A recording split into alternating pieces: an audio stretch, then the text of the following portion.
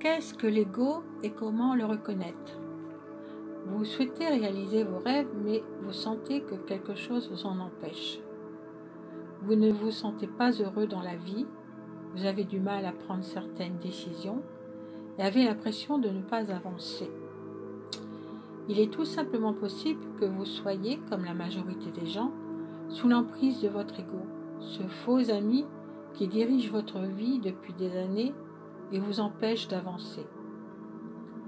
Si vous souhaitez avoir une vie plus épanouie, découvrir votre potentiel et donner plus de sens à votre vie, alors vous devez absolument vous libérer de votre ego.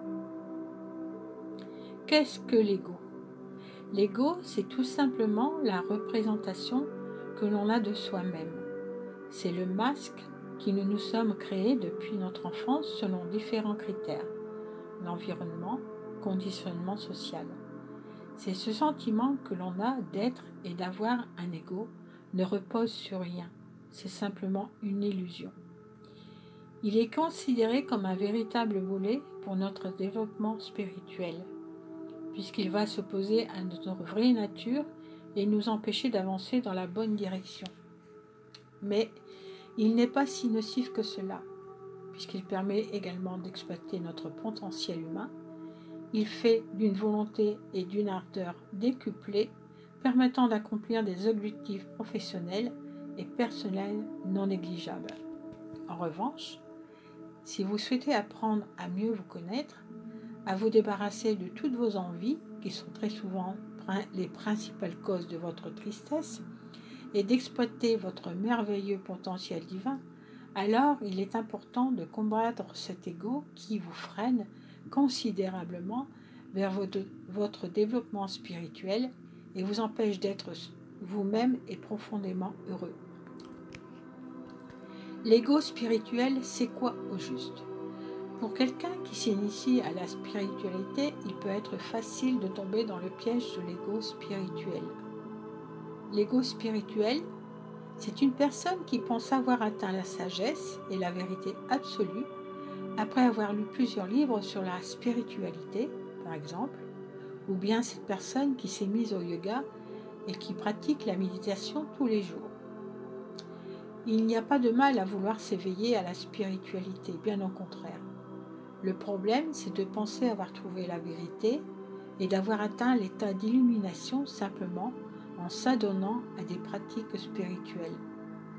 Cette illusion pourrait vous donner l'impression d'être supérieur à un non éveillé, d'avoir été choisi par la source Dieu comme étant l'élu, ou alors d'avoir l'impression d'être devenu le nouveau grand sage New Age alors que vous avez encore plein de colère à apaiser et que vous êtes en train de refouler et de défauts que vous ne voulez pas accepter. N'oubliez pas que l'une des principales caractéristiques du développement spirituel devrait toujours être l'humilité.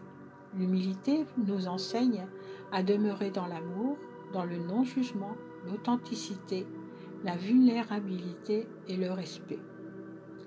Comment se libérer de son ego? Nous ne pensons pas qu'il soit possible de se débarrasser complètement de son ego.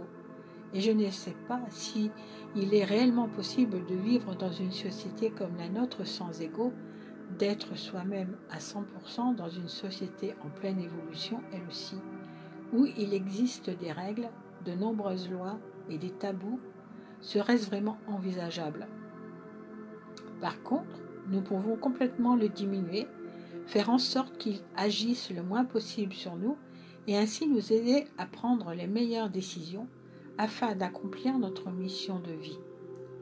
Pour diminuer son ego, il faut commencer par s'aimer soi-même et s'accepter tel que nous sommes.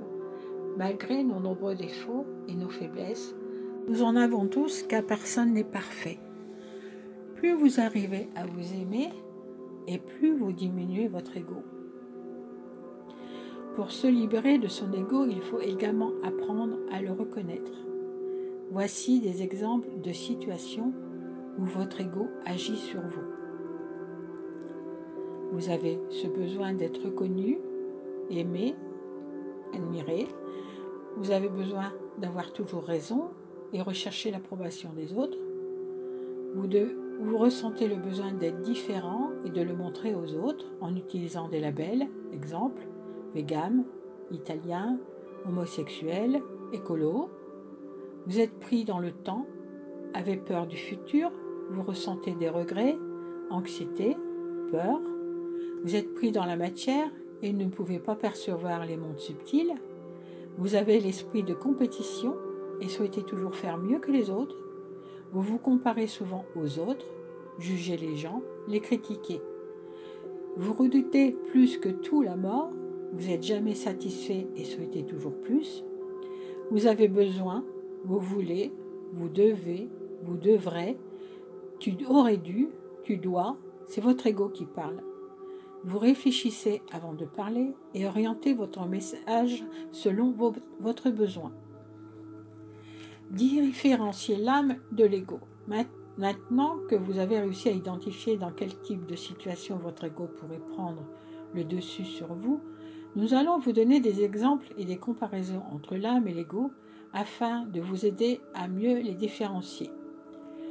Le but, bien évidemment, c'est d'apprendre à écouter votre âme qui vous aidera à aller vers là où vous devez aller et être la personne que vous êtes réellement. Comment faire la différence ? L'envie. L'ego, il a toujours quelque chose que l'ego veut ou ne veut pas. C'est lui qui me pousse à dire « je veux plus d'argent »,« il me faut plus d'abonnés »,« je ne veux pas vivre seul ». En étant dans le désir ou le besoin, l'ego s'attache à un résultat qu'il soit tangible. L'âme, par contre, ne désire rien, elle n'a aucune attente. La seule chose qui l'intéresse, c'est l'expérience. Le temps. L'ego est impatient, il veut tout de suite, étant donné qu'il vit dans une réalité mortelle où sa vie est limitée et il cherche du rapide. L'âme, quant à elle, est immortelle et vit entièrement dans le présent, sans se soucier des objectifs terrestres à accomplir. Pour rappel, votre âme recherche de l'expérience avant tout. La prise de décision. Votre ego a plein de peur et de doutes. Soyez donc attentif si vous prenez des décisions soudaines sans réfléchir, de peur de rater cette occasion, ou alors au contraire de commencer à trop réfléchir et de voir certains doutes apparaître. Cette pulsion peut provenir de votre ego. Votre âme, elle, a du temps et n'a pas peur. Si vous ressentez une forte envie d'aller ou de faire quelque chose qui semble complètement irrationnel, il est possible que c'est votre âme qui parle. Les sensations physiques ressenties lorsque vous visualisez telle ou telle situation doivent être agréables et se trouvent généralement au niveau du ventre. Sensations physiques et danger. Face à un réel danger, votre âme peut vous sauver la vie alors que votre ego peut tout simplement vous tuer. Il est donc très important d'apprendre à se connecter à son âme et d'être plus à l'écoute de son ressenti. Votre âme, vous êtes face à un vrai danger qui pourrait être potentiellement mortel. Votre âme communique avec vous physiquement. Vous devez donc être à l'écoute de votre corps lorsque vous vous retrouvez dans des situations dangereuses. Vous ressentirez des sensations physiques désagréables, comme si quelqu'un vous appuyait sur le ventre pour vous empêcher d'avancer par exemple. On peut également appeler cela de l'intuition, qui selon nous, connectée à l'âme. L'ego lui parle seulement, il mentalise chaque situation. Mais le problème, c'est qu'il aura très souvent tendance à mal interpréter les différents scénarios en raison de peur et de doutes déraisonnés, ou à l'inverse, il aura tendance à vous protéger en vous disant que cela ne craint rien pour ne pas se sentir blessé. C'est votre ego.